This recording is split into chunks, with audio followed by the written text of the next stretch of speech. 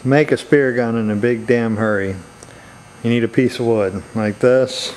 You need a good flat surface. As long as the wood's pretty straight, I'll show you how to make your straight edge and a straight line for cutting the grooves in for the shaft to go down. Now it doesn't matter what you use. You can even take a piece of string and you can tie that string, put a nail in each end of the board and pull that string tight, and that'll be your straight line that you can either sight your router down or even to check the edge of your board to see if it's straight. And you don't have to have any fancy tools. You can just have a sander and sand the high spots down until you get a fairly straight edge.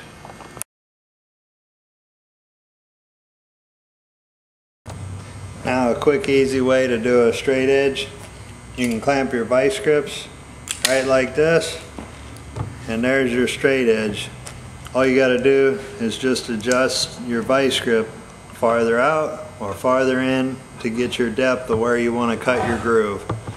All you got to do is just hold that nice and steady and drag it along. If a vice grip thing don't work, or you can grab anything around the house.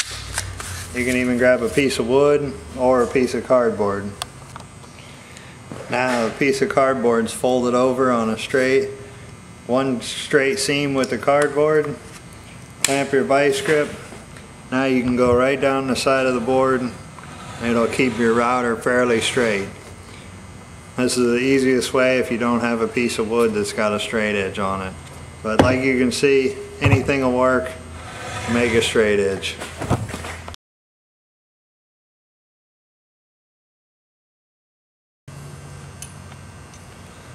For this one, I'm taking an old Ultimate spear gun.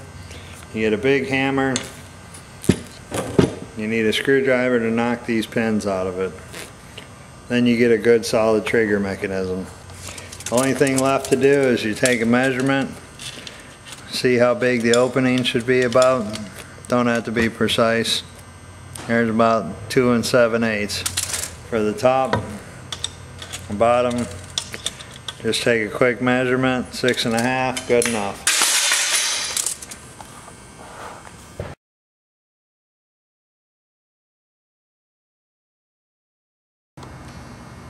There's our trigger mechanism. I just laid it up against here, threw it in where I thought it should be, drew a couple quick marks, top and bottom.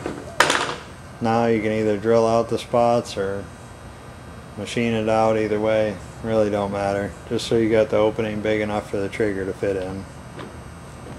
And I marked a spot where the bands go up front too.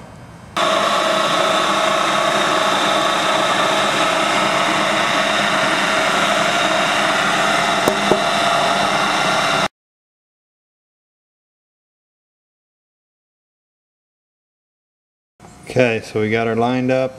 We're going to punch through where the trigger mechanism is going to pop through and meet the shaft.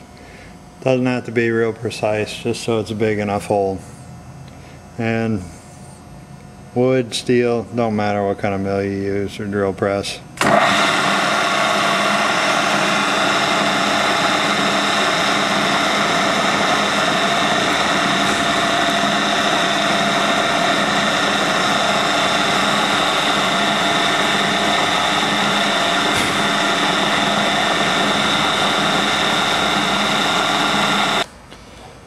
So now you take your trigger mechanism, shove it through the first part, bang it in there, take your trusty pin, draw out how big it should be, and you just have to remove enough wood that it'll fit down in there. And it's good to go. There we go. One done.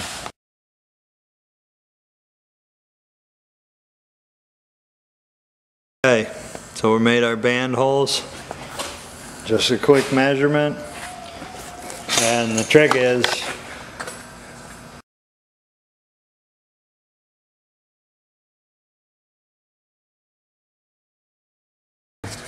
so quick measurement for the top for the band to come back out, on there, Let's see, this looks about close enough. And there. Okay, as far as drilling your holes, it's not rocket science. I just take a little paint mark, give you a guide, and you take it. Take this, slide her in there, and you got your little paint mark. Before you slide it in, you guess about how high up it is.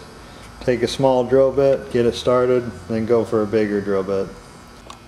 One more important thing is just make sure your trigger mechanism is deep enough into the gun that your shaft slides in nice and easy. You don't want it to go down too far to reach this, or up this to be up too far. Once that's right, just drill the holes from the side and you're good to go. There's the paint mark.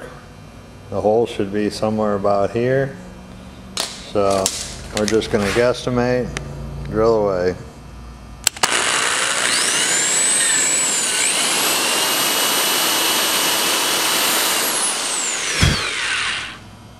Off a tiny bit, but the drill went right in it.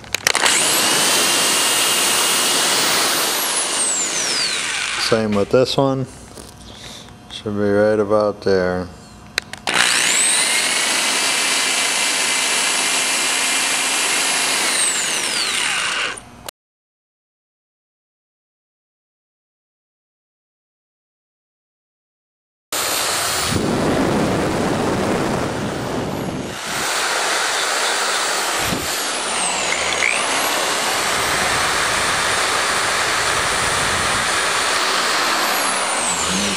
That makes the channel so you can get your bands on.